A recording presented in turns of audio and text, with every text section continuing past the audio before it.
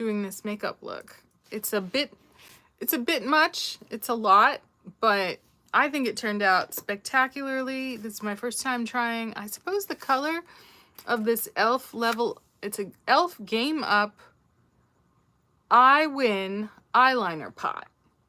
And the shade is this very bright yellow, which reads slightly green on my skin tone. But it applied very easily. It wasn't as liquidy as you would have assumed it would be. It really has more of a paste feel, and it lets you kind of like lay down your shape, especially if you're resting your elbow, with some precision. I think an even thinner brush, you know, maybe even thin enough to kind of draw swirls and flowers, but I'm very impressed with this product. I think I have one other color, which is something of a fuchsia color, so I'm gonna get that on tomorrow. But I was also really happy with the texture of this lip gloss. It is an e.l.f. Game Up lip gloss mask, and it really does feel like skincare. It says bonus for dry lips. This gel formula looks like a gloss and works like a lip mask, and I believe it. The feel is, it's a very sumptuous feel. I put it over an Iman lip liner in the color Cocoa, which is quite nice because it's not at all orange. It really is a very grounded brown, not a brown that looks almost red, which that's fine. You can work with that, but I do like products that kind of deliver the color of brown that I would like, right? This Revolution makeup, it's a cream bronzer in the shade medium, and I never would have guessed that this would be cool toned enough that it made a really credible contour. Of course, then I went over it with this Doja Cat Poppy blush palette, and I used the orange shade. I was tempted to use the center shade, but I wanted the colors to really show. I went in with a dollar store set of bronzers from this unheard of brand called Uncommon Cosmetics, $1.25. And on one side, oof, it's the most difficult to open package in the world. It has a gold and a bronze highlighter. It's got some contour shades that I might try in the daytime as well, but I just thought these looked, here's the gold and here's the bronze. I thought they looked very very credible. They're a little bit chunky, they're not subtle at all, but if you're, you know, out for the night and you really want the colors to show, there you go. But yeah, the star of the show is this ABH Norvina Mini Pro Pigment Palette Volume 2. I did get Volume 1 as well, but I thought, you know, let me think about a yacht party. Let me think about wearing a white strapless jumpsuit. Let me think about some colors that are not neutrals. They're not subtle. They're not really going to put you in a bank teller or office job place. You're really going to do something punch bowl and very pretty. I avoided all the greens in the palette, but of course I look amazing in green, so I'll definitely be getting into those. But an experiment with makeup, and I think it came out very beautifully. And this is my first time trying a graphic liner in a pastel color, not a, I think I had tried the Doja Cat, I think it's a liquid eyeshadow, but I used it as a graphic liner and it was really quite pretty, but it was a kind of burnt orange shade. This is more of that pastel kind of TikTok look, and I quite like it. You know, but again, the lip gloss is very comfortable, and, you know, just working with some tones that aren't the regular old regular. You know, it's hard to believe that it's summer, right? Going back to work. I also got into these Thick It Stick It brow mascaras, and I actually am quite pleased with this product. It really did stick it much more strongly than this Revolution London soap brow that I keep working with that doesn't really seem to thick or stick my brows, but it, you know, I've retained lift out of this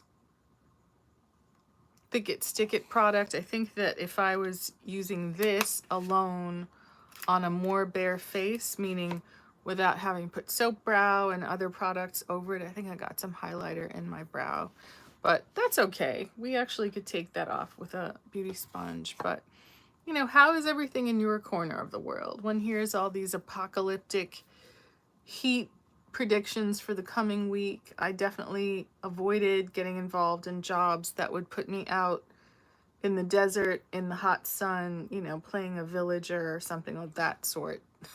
You know, God bless anyone who's doing that work. I have friends who've been, you know, laid down in the dirt for 12 hours in the hot sun with no shade and no water. You know, I get it that people are trying to get their shots, but you have to be concerned about your health and safety and your SAG days and your pension, but you don't want to get hurt, right? You don't want to have to make a complaint after the fact. Wearing this cute little half shirt from our friends at Target, you know, has a good message that we need to hear these days. I got these really cute balloons as a congratulations for heading back to work.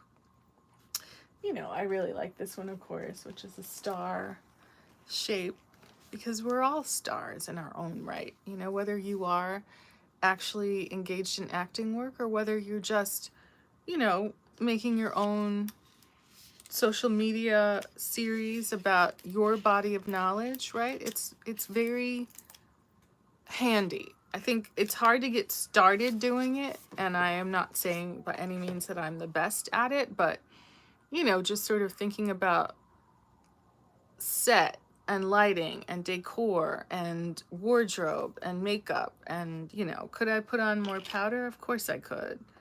I was able to get some exciting powders at the dollar store. Maybe this would be a good moment to try them. You know, but I just really did want to hop on and just say hello as I've been, you know, kind of involved with a bunch of different things in the past few days and haven't had all the time that I'd wanted to take to kind of get on here and, you know, just check in about the weather, about, you know, all kinds of dire warnings that people are making about, you know, what's going to happen politically. This is a Morphe R3 brush with this tapered end, right? Just swirling it in the beige shade of the LA Colors pressed powder. Everyone, it's just all the rage with the puffs. This is the sad little puff that comes in this, you know, very affordable cosmetics brand, but I do enjoy a good brush because of the precision and your ability to get right under the eye. So many people are talking about take the velour puff and, you know, press it between the corners of your eye and all that, and I think that's great. I may in fact order some of those, but I don't think you can dismiss brushes because, you know, certainly when we're on set, no one uses a beauty sponge on us and no one uses anything but brushes. Maybe they'll use those little triangular, I don't know what you call these, latex sponges that have corners on them. I did hear a makeup artist who I've worked with a few times tell me that these, you know, kind of little foam sponges are good because A, they're disposable, right? So in the global panini times, they can use different sides of them, like each different facet of them on different people, right, as they're walking around and taking shine off of people. But he also encouraged me to think about the edges of something like this as being extremely effective for contouring. What is the right? I used a cream contour before, but why don't we try to enhance that contour with an edge and this Avani Gregg Morphe Vacation Luminous Bronzer in the shade Hawaii, which is the medium shade, right? But if we just take the very corner and just dip it in because it'll give you a straight line, right? That you can lay that on and get a straight line. Look at that, right? This bronzer is luminous. And if you can manage to do it in the right direction, then it can be a much more precise and thin line. Because again, my frustration is that people are really going in with a very broad line of contour where it doesn't need to be such a wide, you know, you're looking to create an optical illusion. You're not looking to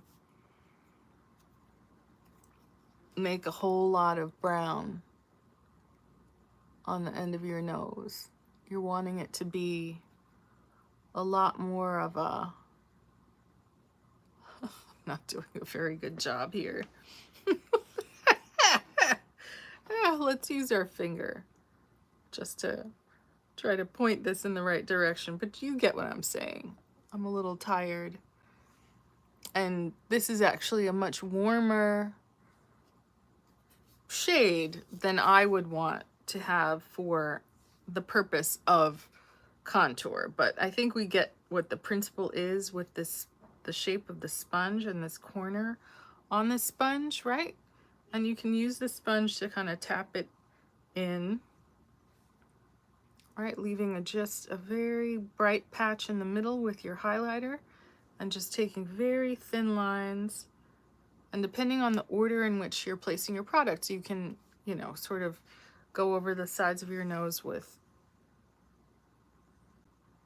highlighting concealer so that you have very bright 2 lines of structured contour, and then you're kind of blending your under eye into the sides of your nose. But, you know, I'm not mad at this, and I'm not mad at the shape of this sponge because it gives you like a precise kind of edge. I think there's something that looks great about using a big fluffy brush, right? But unless it's something as broad in application as a powder, I'm not sure what that kind of broad edge to your tool is going to deliver for you in any case. So that's our dollar store powder in the shade beige. We had gone in with our dollar store, LA Colors is the brand of both of these items.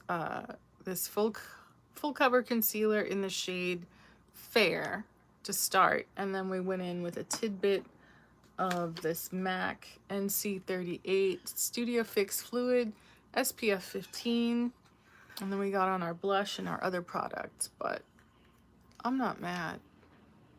Maybe this bronzer's a little orange from my nose, but you know, that's generally my philosophy. I don't dig orange, things that look orange. I get it that it's supposed to be bronzer, but for my money, this Makeup Revolution bronzer that actually looks bronze is way better for contour than, you know, the kind of orange tones in this Avani Greg. I love this product, but I'm not really crazy about tones of orange. I'm already kind of yellow-orange enough. But I do appreciate, you know, kind of experimenting with new eyeshadow, and we got eyeliner on there. We got graphic liner on there. We fluffed our brows. All we need is to like have a hairdo, and then we'll be looking suave bola, right? Going back to work, that should be exciting.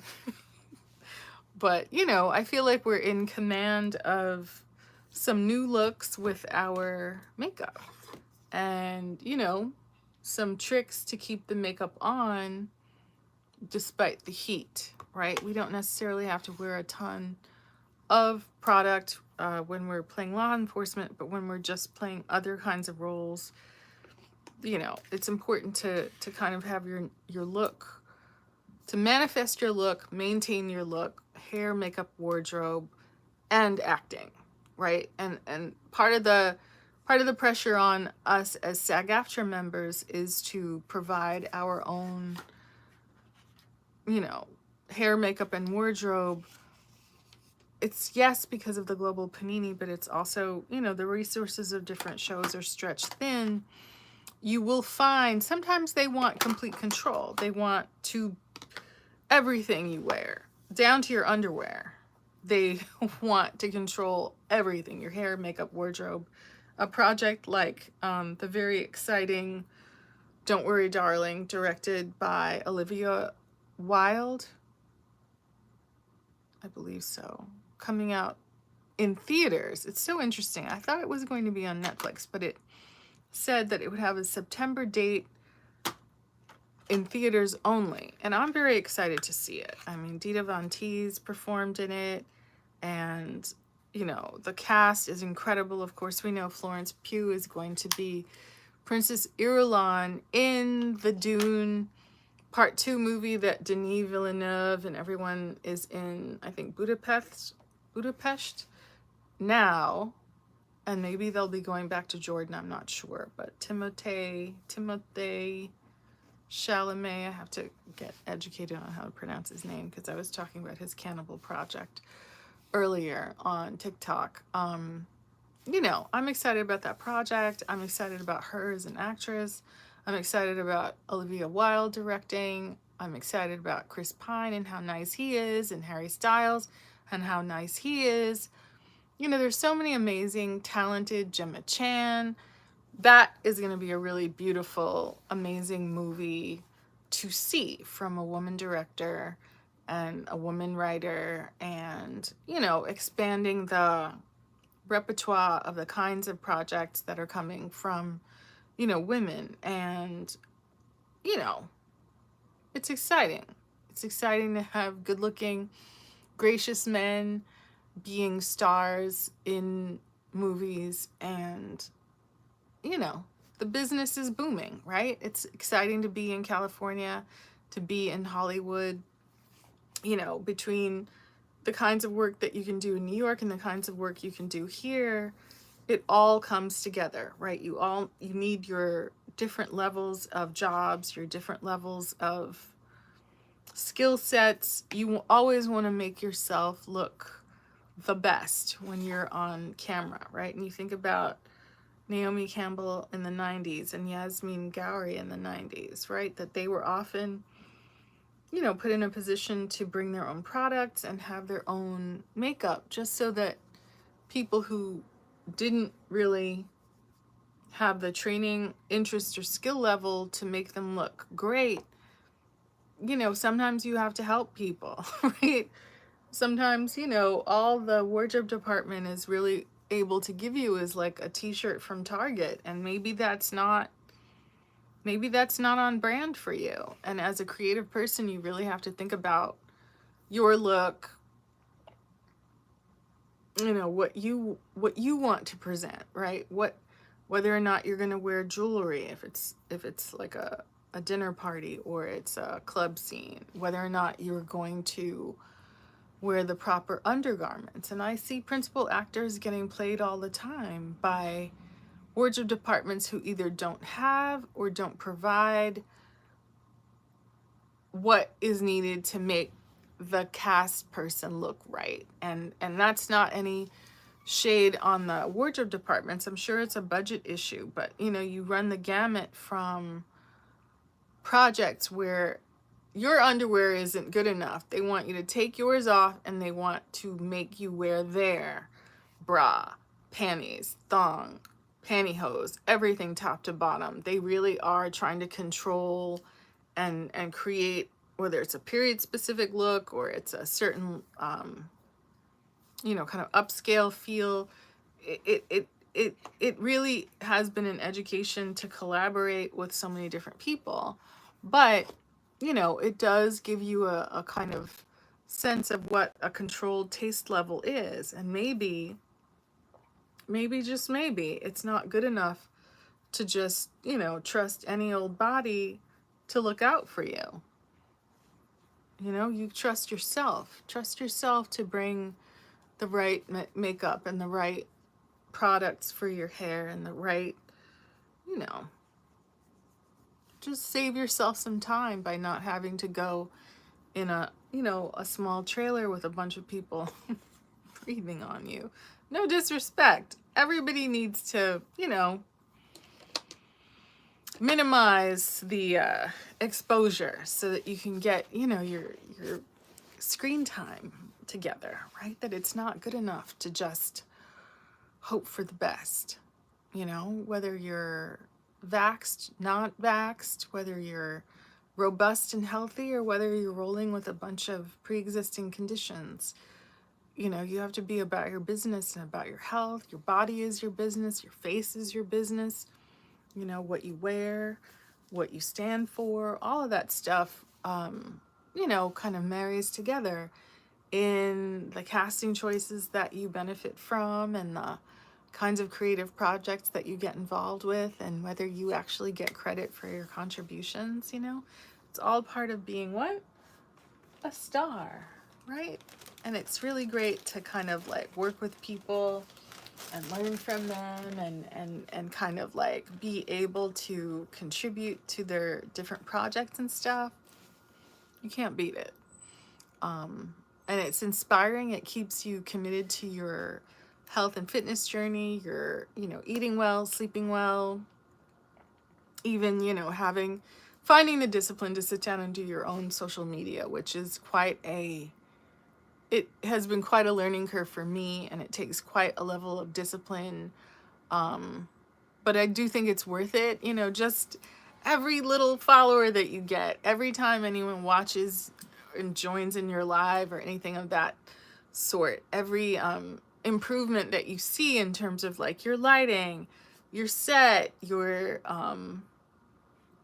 you know, how you have come to your night, the kinds of like subject matter that you find yourself talking about, whether you're able to give your perspective or your advice, or just, you know, keeping abreast of the news. I mean, it is important to have something to say, even if it's just making someone laugh.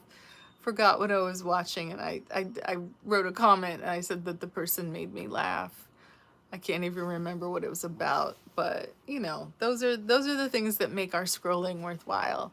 So, you know, thank you for joining me in this, you know, tiny little late night live. I'll try to do some more tomorrow. I've been good about getting back to the gym and really lifting and really trying to be thoughtful about not just hiding my double chin with makeup, but, you know, maybe being a little bit more, you know, careful about what I'm eating as I have to confront being back in full tack, as they say, you know. But it should be an interesting journey, and definitely always an exciting one. And I definitely encourage you to do everything you can to be camera ready, right? If it's your own camera, if it's a union set camera, if it's a documentary camera, it's all worthwhile, and I know you have something valuable to say to the viewing public, and I encourage you to get it done, looking cute in makeup, wearing your jewelry and your makeup and your clothes, and wearing it well. All right, I will see you on the next installment of Camera Ready here on House of Tanya next time. Bye.